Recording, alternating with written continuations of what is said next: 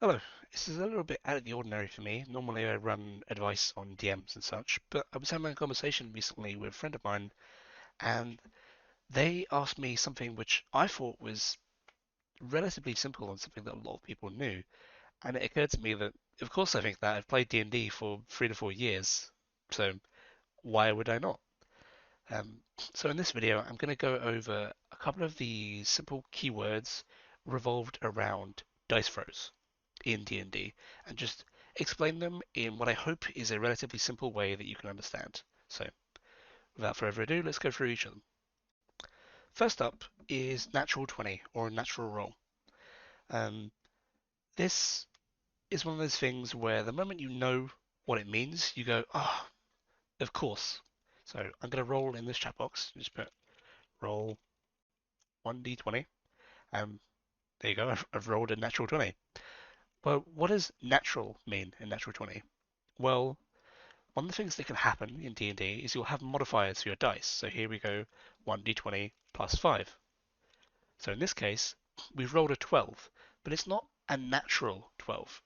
The natural is referring to what the d20 rolls itself. So in this case, we've rolled only a d20, and it has got a natural 20 because the dice has rolled 20. In the case below, we've rolled a 12, but naturally we've rolled 7 because the d20 rolled 7 on its own and then we added 5 to make 12. So there you go. Natural refers to the dice's actual number. Next up, saving throws. Saving throws are fairly easy to understand. They're the throws that you make for yourself when you have to save for something. If you're being shot at or a fireball is being thrown at you, you make a dexterity save. This involves rolling a d20 and adding modifiers that you may have from various kind of things in the game. Usually it will be stats, your own kind of character stats. So you'd go like, okay, I have a 12 in dexterity. Maybe I'm playing a class which has proficiency in dexterity index, so I'm adding my proficiency to that. It's not set up on the sheet, so it won't show, but you click all of those things, and then you would roll the d20 plus whatever modifier you had to make the saving throw. So saving throw is just a dice roll that you make with modifiers that your character has, and that is used to beat a set score when dealing with a problem. So in the example of a fireball, the fireball might have you needing to roll above a 15 in order to take half damage. So you roll a dexterity saving throw because that's what the fireball requires, and you roll above a 15, you take half damage. If you roll below, you take full. That's roughly how saving throws work. So the easiest thing to move on from that is death saving throws. Um, Again, the clue is in the name. You're saving against death. However, this is a very simple thing. You just have to roll a d20, and the DC, the check you always have to beat, is 10. So, just roll a death saving throw on this sheet. Just click the button. A 9. Okay, so I have failed once. If you go below 10, you take a failure. You have a set limit of 3 that you have to beat. So if we just go through this again, okay, a success. Now, what happens if we roll a natural 20 when we are downed on 0 hit points and making death saving throws? Well, this can change depending on the DM, but generally you'll stabilize and go to 1 hit points. No more death saving throws, you're good, you have 1 hit point, job's done. What happens if we roll a natural 1 though? Well, a natural 1 is like a critical fail, as it were. This is not always the case, and many DMs might change this, but in the instance of death saving throws, you immediately fail twice. Fail 3 times, your character is dead, gone, out of there. 3 successes, and your character stabilizes. You may not necessarily immediately get up, it will depend on the DM, um, but you're no longer kind of bleeding out, as it were. You are probably still unconscious, but you're within the kind of realms of not getting any worse. You're safe on the way to recovery. Okay, now attack rolls and damage rolls. These are what you would expect. When rolling to attack with a weapon, or in some cases with a spell, you will roll a d20, and then add the necessary stat that is involved with whatever you're attacking with. Generally, weapons or spells will have something on them that will say what they are if they're applying these stats. Um, Heavier weapons like kind of mace and such, or a two-handed sword will use strength. Things like a rapier or a ranged weapon will use dex. So you add the stats modifier. You add any bonuses to hit that you may have. So let's assume that our dex modifier is 2, our hit bonus is 1. So we roll a d20, we add 3, plus any kind of other bits that you might have from items, blah, blah, blah. And that is our attack roll. If it gets above a certain threshold of the enemy's armor number, referred to as their armor class, then we hit. That's it. Armor class is 15, we roll a 16, we've hit you. Now we roll damage dice. Damage dice will not be generally a d20, pretty much ever, but it will be depending on what kind of weapon you're using. Um, in the example, if we're using a dex weapon, let's say we're using a dagger. Daggers traditionally are 1d4, I believe. So you would roll 1d4, and then again, you might have a damage bonus from your proficiency or a damage bonus from your stats. So let's assume again that we just have a plus 3. So we roll 1d4 plus 3, we roll a 3, plus 3 is a 6. Our damage roll is 6. So that is just the actual damage that we deal to the character we've just hit. So they'll take 6 damage to their health.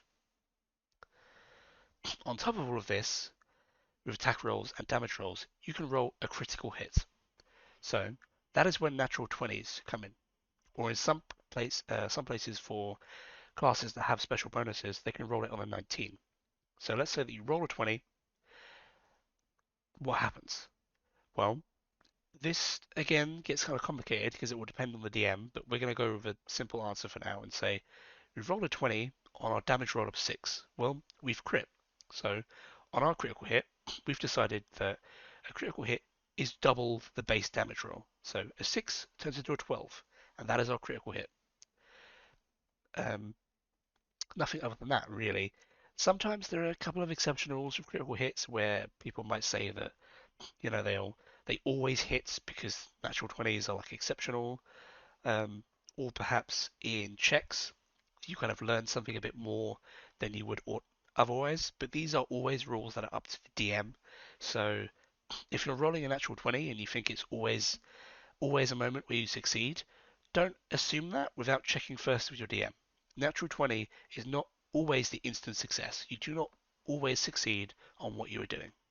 There are sometimes scenarios where the person you are fighting or the kind of test of skill that you're trying to get past might just simply be higher than 20 itself, and you need modifiers to get past that. So do always check with your DM. Okay, the last two that I want to go over in terms of dice rolls and such are hit dice.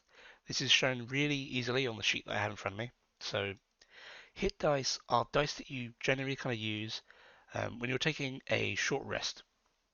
So a short rest is the kind of 1 hour your characters sit down, catch their breath kind of scenario, and during that you can roll hit dice to recover your HP. Hit dice depend on the class that you are playing. So as it says here, yeah, a barbarian is a d12, then all the way down to a sorcerer and wizard who take a d6. You will have a certain number of these in coordinates with your level, so you can't just freely roll as many as you want. There will always be a max as opposed to the amount that you have. So let's say that you're whatever level, you have 3 hit dice, you have a short rest, you roll 2 of them, you gain X amount of HP. Now you have 1 hit dice remaining. In order to regain hit dice, you must have a long rest. A long rest is the kind of going down to sleep, having a meal, an 8 hour full stint uninterrupted, where your character just gets to properly recover. That is a long rest, and that is the only way, barring some magical moments, that you will recover hit dice. Then we have the ever-present initiative, which you should know if you've ever seen anything to do with D&D. Roll for initiative is a saying in of itself. Initiative is the order of combat. When you go into combat, you will roll for initiative, and initiative is just a d20 plus dexterity modifier, pretty much, or any other kind of bonuses that you may have accrued over the course of the campaign. Initiative order works very simple as highest number beats lowest number. If you roll a 20 and the enemy rolls a 1, you are going first. There are a couple of little finicky moments where, let's say you and another character both roll a 20.